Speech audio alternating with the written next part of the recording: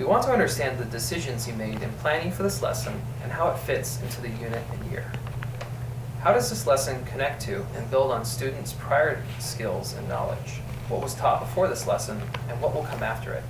Discuss the sequence of lessons that surround this one lesson. Well, with mine, we had worked a lot on adding 2-digit numbers and working tens and ones. And the second grade objective is that they understand up to 1,000, adding and subtracting within 1,000.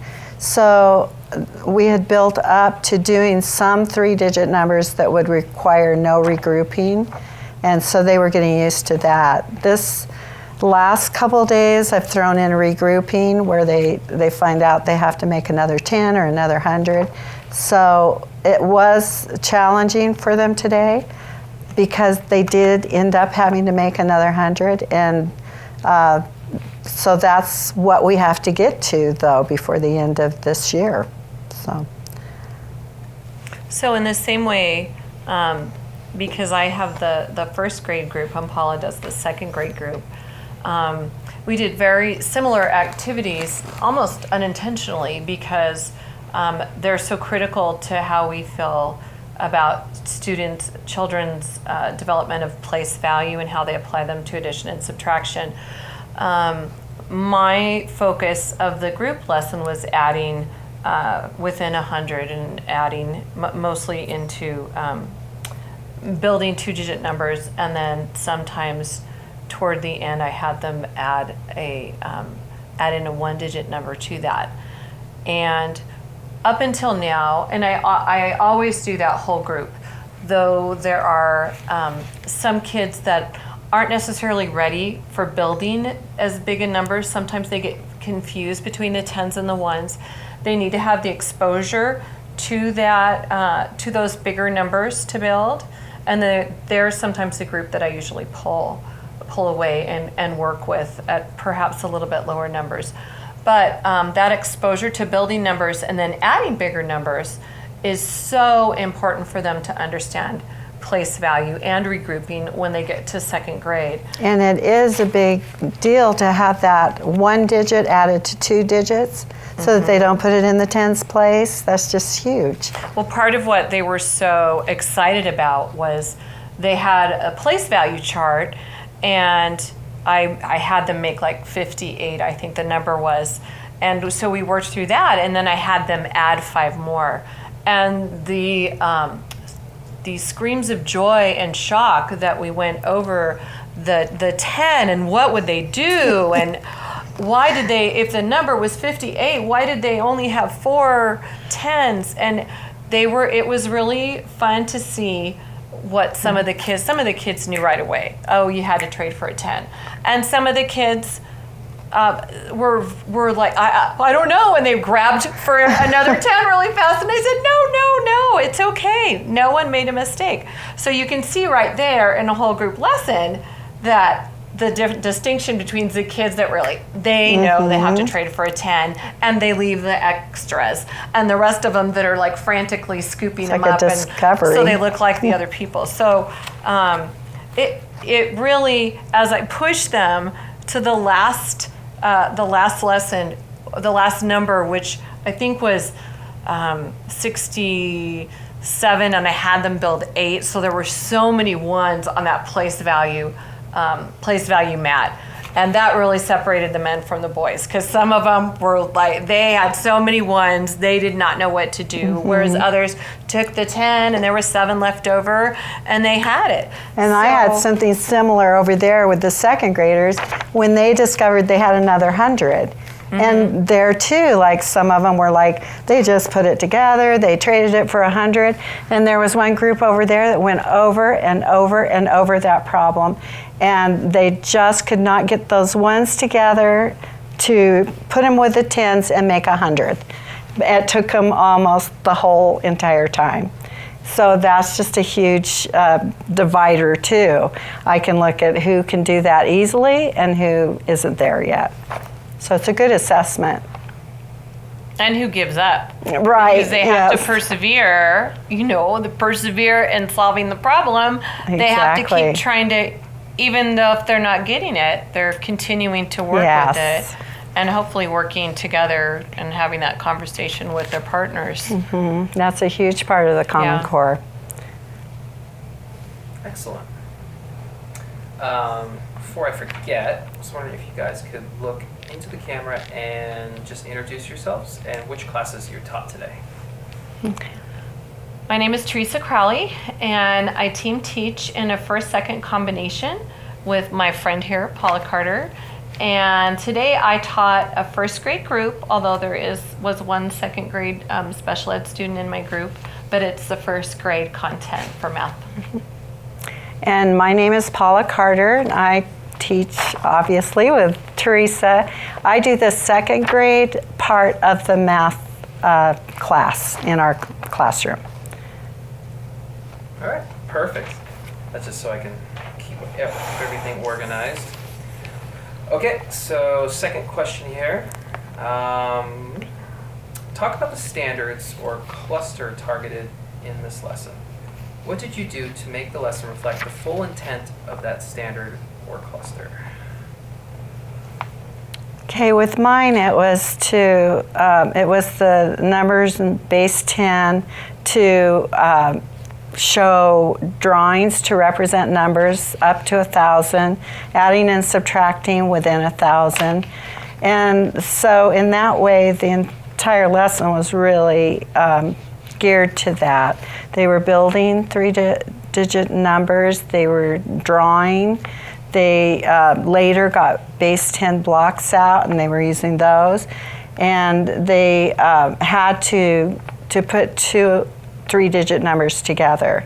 So that fit right in with that standard. Yeah, and in mine, I was really trying to have the kids using concrete models with the base 10 blocks. They were building numbers. And then I really wanted to get to combining numbers where they would have to have so many ones, they would have to trade them, regroup them for a 10. And I really wanted to push them that hard so that I could see what would happen. I think that it's important to, when you're teaching a whole group of kids, you have the understanding that there are kids at all different levels in that group. And as you give them different problems, you do that strategically so that you can see where they break down. And sometimes I even have a little sticky note right next to me, and I'm looking and I'm seeing, oh, he can build up into 50, but then he gets lost. Or today I presented the problem in a variety of ways. Sometimes I said the number, then I would write it down. Then I would also write 3 10s and 5 1s, or 6 1s and 5 10s, because I do mix up the 10s and 1s because I get used to that order, and then they don't really think about 10s and 1s. They just go, oh, it's 67 because that's the order that she wrote it down. So as you give them, build bigger and bigger numbers or make it more complicated where they're going to have to take multiple steps, you can see, you kind of get that whole cluster there, and you push and you see that some kids are ready to go harder and higher, and some kids aren't. They still need more practice just building the number itself. But they get the exposure at that point. And that's the way I feel when I know I'm getting over their head, is that I give them the exposure. I have them talk with a partner, and the partner can often explain things that they're not ready for yet, but at least they know what's coming. And some of them make leaps really quickly that way, just by having the exposure. If we never exposed them, then they would be, we could have low groups and higher groups and never put them together, but it doesn't work that way. They make leaps by talking to the others. And I think that in our class is super important because we are big on discussion, how you work with a partner, how you don't do your partner's thinking, but you help try to lead them to figuring out a solution. We really do a lot of problem solving in this class, and we talk a lot about we're not the experts. You have to try and go ask someone Delmonte else. Craig, please come to the office. If you are in the building, Delmonte Craig, please come to the office. So you go ask someone else if you really don't know what to do, and you keep at it. Or this group, let's say these two partners didn't get it, and these two partners did, we'll send them over. We'll talk to that group and have them explain to you what they did, and maybe it'll make sense to you. And if that doesn't do it, talk to that group. We really try to push the kids to be their own problem solvers and to be independent learners. So we're not the, be all end all. Because so many times they come up with strategies or drawings that we're like, I never would have thought of it that way. That is true. fantastic. And that makes sense to another student. All right. This is good. We're getting a lot of good info here. That's why it's good for us to be together, because we Yeah. just bounce off each other. That's great. All right, and if I ask a question and it overlaps something you've already said, or if it doesn't pertain, feel free to say, no, we've already covered that. Okay. This is the third part of the first section here. And this is about the core action indicators. Which of the core action indicators do you think this lesson best exemplified, and how did you plan for this? Well, I really thought it hit all three, both of our lessons. But when Teresa was talking about the problem solving in the classroom, that's the culture that we try to build with our students. And I think that's a big part of the Core Action 3 is, giving them the chance to have access to all of the information, but also knowing that they can work together and ask questions and talk to each other. So we build that culture, not just in math, but in all subject areas. And that's just an important part of the Common Core. And then I think the other two, it was focused. We're always focused on where the kids came from and where we need them to go. And so, especially with the first, second grade, she's always gearing her students in math to be my students the next year. And so we're always looking at that wide range of what they need to know and where they're headed. Yeah, it's a fancy dance between giving everyone that opportunity to learn within the standard or a cluster of standards at that grade level, but also to be able to differentiate down to where they are and scaffold them up.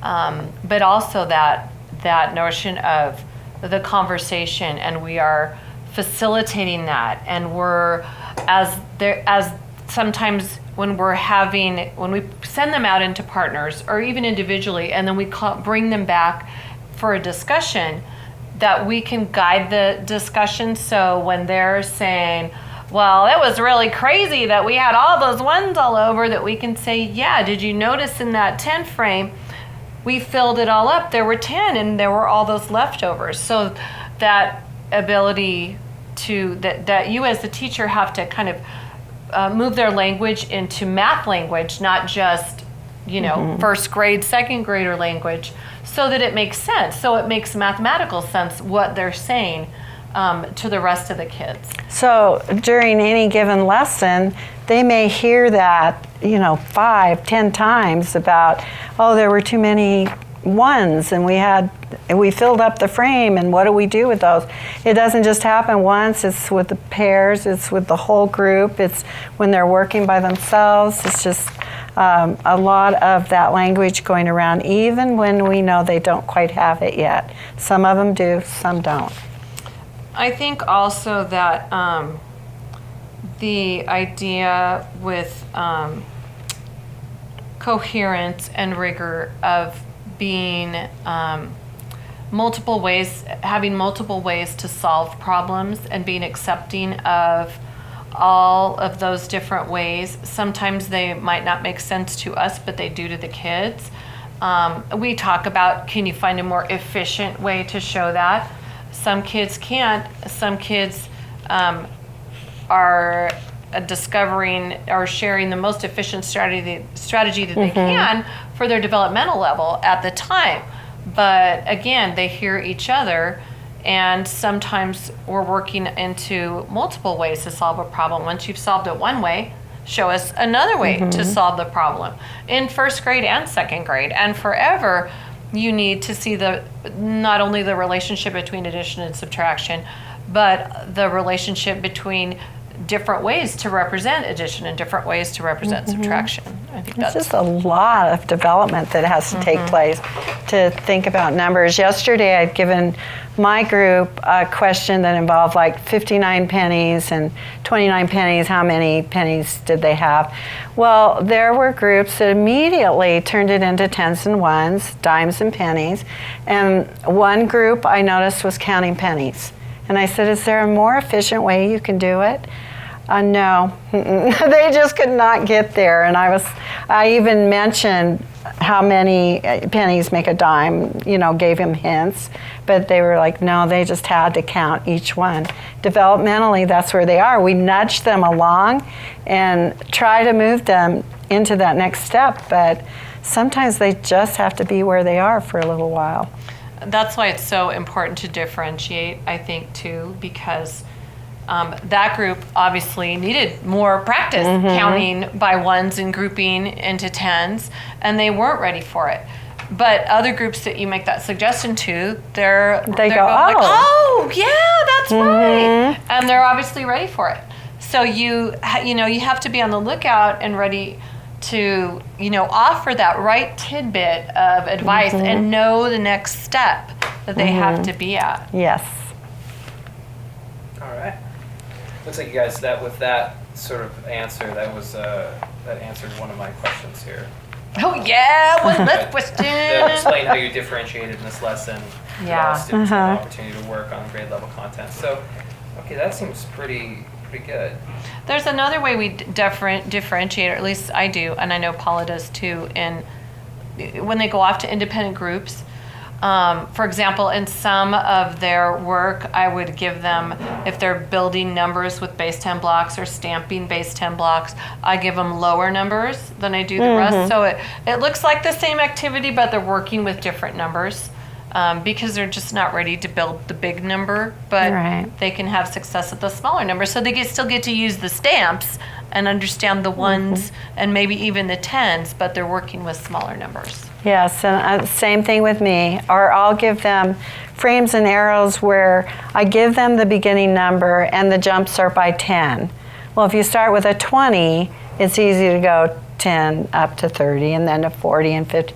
Well, some of them, if they're ready, I'll give them a beginning number that's 3 frames down, and then it won't be an even 10. It'll be like 37, and then they have to hop back as well as go forward, and so that's a good way to differentiate.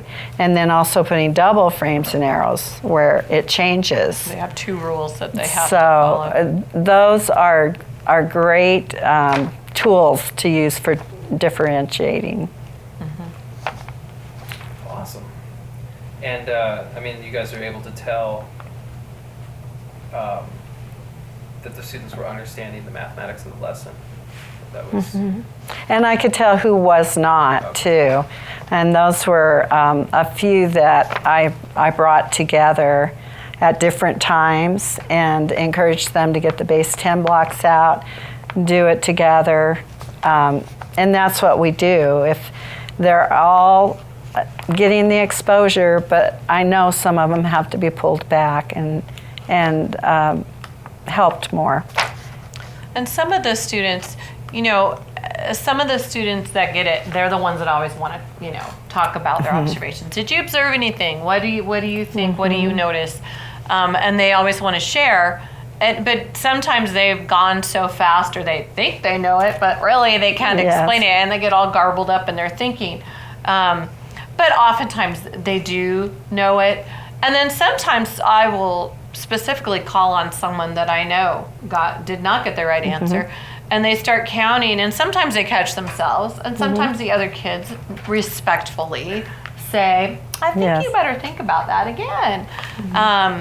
And that's one of the things that has changed with Common Core, I would say. One of the most drastic changes has been that we're not looking necessarily for the right answer all the time. We want to have them fix their mistakes, figure out what they did wrong, back up, look at it again, revise what they did.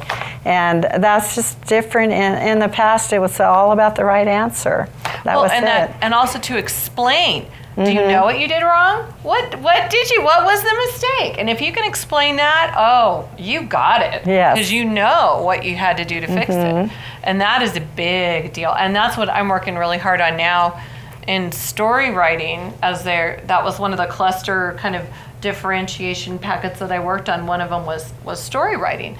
And my kids are really into, at the beginning of the year, I would write class stories and take their suggestions and we'd solve the problems. Well, now they want to write their own stories, or they want, based on whatever theme we're studying, or I write a story about them and I ask them what would be okay. And they want to figure stuff out, and they want to work with huge numbers sometimes that they're not ready for. But some of the kids that I've noticed, when you have your kids write their own stories, that some of them write the numbers that they're ready to handle. Like a little girl this week wrote a story with 2 cookies, and she didn't give away those 2 cookies, and her friend still had 0. And that's where she is. Yes. Yeah. So that's kind of where that's where she needed to be. And I like that, makes it relevant, that learning. And you can see what they know by what they're writing too. There's a couple of kids that just want to write a story about whatever and don't really understand that they have to have math in it. They just want to tell you about their weekend. Excellent. All right. So it looks like we just covered section 3, right into it. That's perfect. Okay. Was there any student work? I mean, did you guys, for this, were they writing anything down? Yes, Anything yes. that surprised you out of student work, or anything that stood out? Well, with mine, they had to try different strategies, and most of them start with the base 10 drawings. That's what they're comfortable with. And then we have been working on a number line strategy and expanded notation, and I found 2 or 3 who would get a different answer with different strategies and didn't realize she should be getting, or he should be getting, the same answer. Some kids realized that right away. But because of the written work I got for them today, it tells me a lot. I went around, I was talking to a lot of them, and I've also, kind of logged it in the back of my mind who wasn't getting it, and then who got it with a little nudge, a certain direction. So we learn a lot by looking at some of the paperwork. Well, what's funny is some of them, I gave kind of a variation of what I've given before with, they build, I say 5 1s, 6 10s, and they have to build it. Some of them didn't get out the base 10 blocks, and I went over there and I'm like, what are you doing? Mm-hmm. And some of them said, I can do it. I can do it now. I can do it without having to use them. Of course, then when it got to like 6 10s and 14 1s, they went and got the base 10 blocks because they realized they couldn't do that in their head. And one of them even talked about that there's some, I just knew it. And there's others I had to build. But Christian took that same job, and instead of getting base 10 blocks, he got linking cubes and he built his own 10s, which took a little bit of time. Not quite as efficient as other methods. But what I liked about it is it made sense for him to do that, and it was great. So actually we're going to talk about that with the group tomorrow, because I have actually had them build their own 10s with Unifix cubes before and leave those intact, or try. And he just went ahead and did that. So it's sort of the good segue for me to say, we can also use 10s in other ways. You can get out the 10 frames and solve the problem. And in fact, that is one of the next steps I want to do is kind of, I've really been focusing a lot on base 10 blocks. I want to move more into solving with 10 frames. And we've done some of it, but not to not to the extent that we have the base 10 blocks. And so I think it's just a perfect little doorway for me to go, hey, Christian Yes. did this problem another way. He built tents. So what do you think? And it used to be we've always taught developmentally and really tried to reach the kids where they are. But one of the things I've noticed that has changed is we teach so many different strategies that the kids aren't stuck on one way to figure things out, and they are comfortable with things in different formats. So, hi. Well, and they're realizing that it's okay to show different ways to solve problems. Sorry, this is my daughter coming in. Oh. Just sit there and enjoy our movie starness, okay? All right. So let's talk about a little bit about the shifts required by the CCSS. Discuss how this lesson illustrates the shifts required by the CCSS. Okay, that's focus on the standards, coherence across the grade levels, and rigor, conceptual understanding, procedural skill, and application, right? So we're in the right. Yeah. And they'll cut this out, right? Yeah. Oh no, this Yeah. is going right up there. Well, anyway, the coherence we talked about earlier that's a natural thing that we do because of the first graders going into second grade with us. We have a big investment in that we make it work to bridge those first graders into the second graders. And then we try to do that for the third grade teachers too. So we really try to make everything dovetail together so that it's meaningful and moves them along. And then with the rigor, conceptual understanding is just key to all of this. And that's why we build so much with the base 10 blocks and draw the pictures, and just until for some of them it just becomes so automatic. It's like Teresa said, they just know. Like pretty soon they don't need the base 10 blocks, they just know. I had 2 of them over there today say they visualized it, that when they did one in their head, I asked them how they did it, and they said, I used base 10 drawings, but it was in their head. Oh, that's so they cool. just visualized. Yeah. So and that's one of the big things I think with that conceptual understanding. And then we do give them practice too for, learning those procedures and skills. And Yeah, you'll notice our kids are we have pictures all over of them. And when we're talking about different strategies, like I can draw pictures to represent a number story. I can use tallies. I can draw a number line. I can count up, put the big number in my head and count up. We talk a lot about using different strategies, and I take pictures of them. I tell them if they look at me and smile, I won't take a picture of them. But if they are deep into solving a problem, I take a picture of them, and then we write about it and talk about it. So we have posters all over the room about the different ways to solve the problems, and that all these ways are good. And now my job on some of these is, I know one of my little girls, she only wants to draw pictures, so I have to kind of push her a little bit to show me other ways to solve problems. But because of those different ways, we don't have kids saying, that's not right. Or they may, not agree on the sum that they arrived at when they put 2 numbers together, but you don't really hear them saying, that's not the way, or, do these drawings. Somebody else might be doing a number line, and that's fine.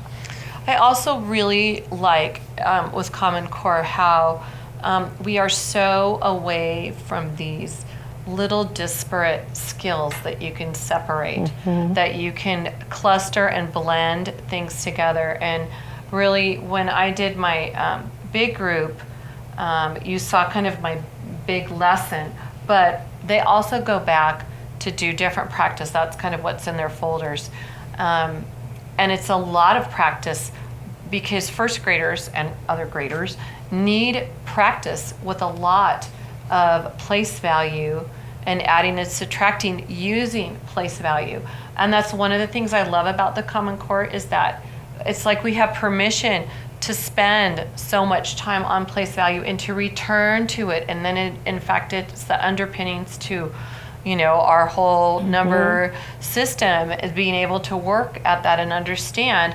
When we have taught fourth grade before, we go back to first grade place value practically to try to get these kids to understand what the numbers are, and they just want to borrow and carry, and they really have no understanding of what 100 is and what a 10 is. And of course we have we have kids adding and regrouping tens and hundreds, but they don't know the algorithm yet for that, which that was always what people started with in the past. 'Cause it was and then easy. they would say, we're carrying a 10 over to this column, or we're carrying 100 over to this column. And now it's like they're doing all this, but by the time they get to the algorithm, they're going to be like, oh, I truly, they'll understand what it is. So there's also in Core Action 1 about how your lesson really intentionally relates new concepts to previously introduced concepts. And that's one of the things I tried to do with that 2-digit plus 1-digit and then having to regroup the ones. That was definitely new. And you could see that the first thing I did was an aha moment for a lot of them. They got it.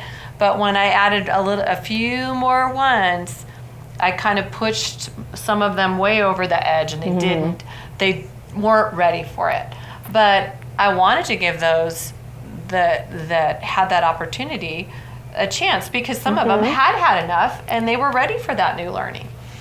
So I think that's part of what you need to do as a teacher is push the rigor and bless their little hearts. Even the kids that really didn't get it, they were trying. They were trying hard, and then they would say, "Oh, you tricked me! Oh, you tricked me! Oh, those are 10s, not 1s! Oh!" We really found that it's kind of messy. There's nothing neat and tidy about it, and when you are just pushing kids as far as you can before they go over the edge. Well, even when you see, teacher-student videos on YouTube, TeacherTube, whatever tube, things look so neat and orderly and quiet. And, it's messy. It is messy. And some kids really get it. And some kids have to practice and practice and practice a lot to be able to move on to the next level. And it's not all, and every teacher knows. No matter what class, we do a combination class, but it doesn't matter. It could be all one straight grade in here. You have kids at all different levels. So it is the job of all teachers to really push and then pull back, scaffold, differentiate, then push and pull back. You're constantly doing that through the teaching day and week and month and year. Is that all we have to say about that? True. True that, sister. All right, and I have one last question for you. Reflecting on the lesson, what worked particularly well and what might you do differently? So like a redo, like if you had to do it all over again, what do you think? Well, I always try to do too much. Because I knew I was teaching to a predetermined lesson plan, it's a little bit different than maybe what I would have done. And that is hard for us because we go day by day and decide what we need to do. So 10 days prior, we were getting our lesson plan together. And it's very difficult when you work and assess kids daily about where you need to go. So the second part of mine was much harder than I would have liked it to be. I wanted more success for more of the groups, and it was a very difficult one. So I would pull back on that a little bit. But the first part, I felt was a good challenge. It took them a while, and the few that struggled the most, I think, still learned by doing it over and over and persevering. So that part was okay, I thought. And for me, I think that I probably would have stopped my whole group lesson after building in numbers in different ways. First with the number that I said, then the number that I wrote, or sometimes me drawing it and them making it. I think that was probably enough for most of them, and I would have pulled a little bit the little higher group that I thought would be ready for it back to do that 2-digit plus 1-digit that requires some regrouping of the ones into 10. I think that's probably what I would have done differently. I thought I had mine on the floor longer than I had Yeah, I originally did too. planned. I really thought they would get through those tasks into games and things later, but it just didn't happen. It flew by. So, but we're always doing that every day. We assess ourselves as well as the kids, and we go, what could we do? That didn't work. What can we do tomorrow? I'll change that. I'll change this. It's just constant. Yeah, the reflection, that constant reflection of looking at student work, looking at how your lesson is going, or who's flailing, or who's Yes. really getting it and needs to be pushed. And That's a our big feeling part. is if the kids don't get it, it's us. Oh, yeah. We need to look at It us is us. and what can we change and do to help the kids get it. So we hardly ever blame them. No, it's always on us. It's us. Yeah. In fact, Mrs. Carter will say, it's probably with those kids that weren't, we were only counting one by one and not converting them into a dime. She'll probably say, well, Miss Crowley, I don't think you practiced that enough last year in first grade. She doesn't really. but No. We do talk about that. We like, do "Oh, tease each other about maybe that. I should have done a little bit more of that in first grade. So, yeah, I think I always plan way more than I can get to in an hour and a half. And you can, and we'll be working on those activities kind of all week because they don't get to all of them. But I like having a variety because I like kids outside the group when they're doing their small group work. I like them to feel some ownership about what they want to do first. Sometimes I'll say, I really want you to do this first. But other times, well, what do you want to start with writing a story? Do you want to start with building numbers, comparing numbers, some just algorithm adding, subtracting practice? What do you want to start with? Because I think that puts more of the onus on them too. And I have like a math menu that they can go to at the end of a math period, and they can choose games that they want to play. They're almost all place value type games. So it's just a continuation of what we've been doing, but they do feel ownership over that. So